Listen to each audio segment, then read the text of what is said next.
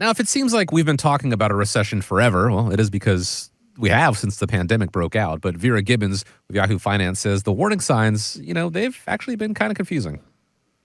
Thing that does look certain at the moment anyway is that the job market is in fact strong, the labor market's strong. So there's no sign of any kind of recession activity there. In fact, if you look at the job market, it is booming. And when you have a booming job market, you have consumers who are pretty happy. They're out there spending. You have some who have cut back on, discretionary costs a little bit. But if you look at service spending, restaurants, hotels, all the travel that's going on, people are really dead set on actually spending and having fun. So that's kind of keeping us afloat. Now, I have no doubt that you guys have had clients and potential clients come through and asking about the possibility or probability of a recession. What are you telling clients about all of this chatter? Is it overblown when it comes to retirement planning? Well, people are worrying about retiring during a recession. I think that's a valid concern. In fact, in the opening of this show this week, we talked about, should I delay my retirement? And talked about some of the characteristics of people who are moving into retirement time a little bit worried about things. So if you're one of those people that are listening either for the first time or maybe this is the 100th time you've listened to the show, I'd love to have a conversation with you because retirement is the next journey in your life. I mean, you've worked your entire lifetime to get to this point of freedom. So we want to help you take that worry away and help you gain confidence to be able to move through whether we're in a recession or whether we're in a war or whether interest rates are high or whether inflation is high or whether. There's always another weather reason why you may not want to retire, but we want to get you to be real confident. So as we wrap up maybe this week's show, let's talk about a couple of characteristics on how to make you not have to worry about retirement, help you be confident in retiring, whether it's a recession or not. Number one is review your sources of income. You want to look at your Social Security, your pension, your dividends and interest, and you want to look to create a written retirement income plan. You want to make sure that you have enough money that you have in what I would consider to be reliable income to not have to worry about how am I going to pay my mortgage or car payment or get groceries. You want to factor in, Jeremy, like what you had talked about earlier with one of the people that you helped retire, of building in a future pay raise because inflation will eat away at things in the future. If you're number two, close to retirement time, and you want to worry about retiring, you want to avoid what is called the sequence of return risk. So the sequence of return risk is worrying about having all of your money in the stock and bond market. And the problem with that is it's subject to the lottery of the returns of what the market does. I'm more than happy to give a prediction about what I think the market's going to do, for the rest of this year or next year or over the next 5 years. But the reality is the market doesn't care what my opinion is. The market's going to do what the market's going to do. And so that sequence of return risk and having money set aside in what we call the independent income system in different buckets of money designed for different timeframes and having some backup plans can be really important. Now, you talked about it earlier. I think one of the things that you talked about earlier is, being more adaptive to what the market conditions are, looking at withdrawal rates. Other ideas or things that you would give as tips for somebody who's worried about retiring if there's an upcoming recession? I think probably one of the first things we look at is having a cash reserve, not only for emergencies, the roof caves in, the hot water tank goes. If you have to dig into debt or cash in your retirement savings to conquer those problems, you're probably kind of in a little bit of a pinch. So having a cash reserve for not only emergencies but also opportunities. I mean, we're talking about Tupperware. Tupperware is a 90-cent stock now. If you have the means, I'm not saying buy Tupperware, but if those opportunities arise, you want to have that cash reserve available to you as well.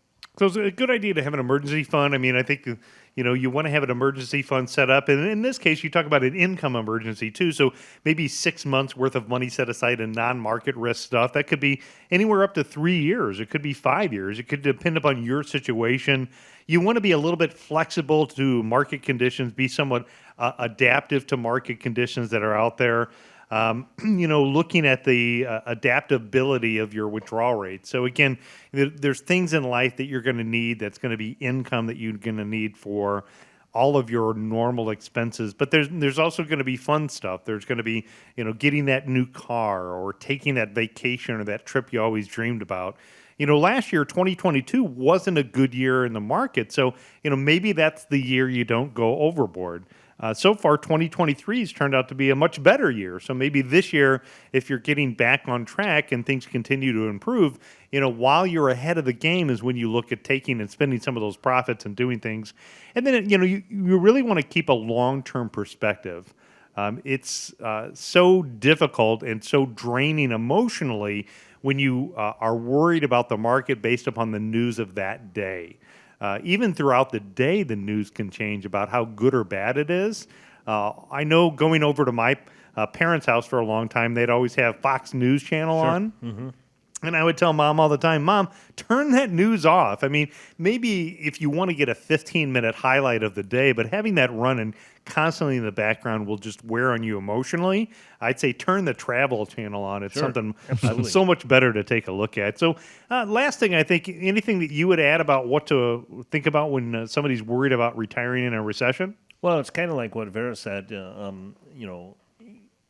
People are spending money, We were just out this past weekend, and I said to my wife, I said, look, gas prices are still $3.50, $3.60 a gallon, right? And nobody's talking about it anymore, And it's just became, and her reply to me was, well, it's become the norm. And I would have never thought that, going from $2 up to $3.50 is going to be accepted as the norm. But at this point, it really is. People are still spending money, and people are still, traveling and going out and doing things during a recession. So, I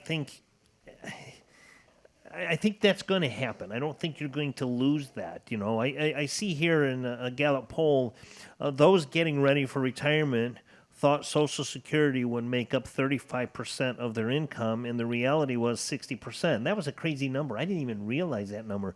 But I met with a client earlier this week, and they said, well, if I delay taking Social Security, maybe what I could do is get a part-time job. Well, this next bullet point says 20% thought that part-time work would contribute to their bottom line, but the reality of that was only 3% actually contributed.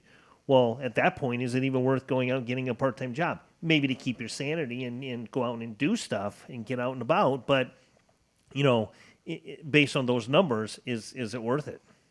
It really may not be. And, that's the thing is you got all of these years that you've been working so hard. It's our job to help you be confident in moving through retirement time and getting a plan in place. And, that's the next step you take is if you're worried about retiring in any type of environment, we're here to talk to you, kind of help you out and get through it and be able to kind of guide you through whatever is the future that holds. Because there's going to be good times, but we want to make sure that we get you in a situation where you move into retirement and you have more great times than worrying about what's happening in the economy.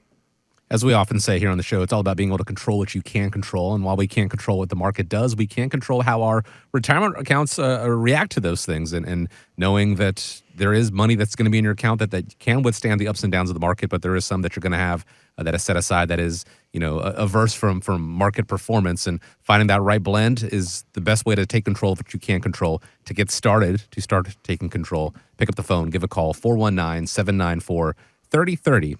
Once again, 419-794-3030, or go online to the website, arhq.com. And we want to thank you so much for joining us here on America's Retirement Headquarters, home of the Retirement Guys Formula and America's Medicare Associates. One more time, want to wish all the dads out there a very happy Father's Day, including the gentlemen here at the table. Hope you guys have a great weekend ahead of you. And as we wrap up, guys, I want to leave you with the final word. Well, I'm going to go with a quote here from Warren Buffett. It says, "The stock market is a device for transferring money from the inpatient to the patient." So just remember, it's a long-term perspective. And just remember, when you think retirement, think America's Retirement Headquarters. It's home of the Retirement Guys Formula and America's Medicare Associates.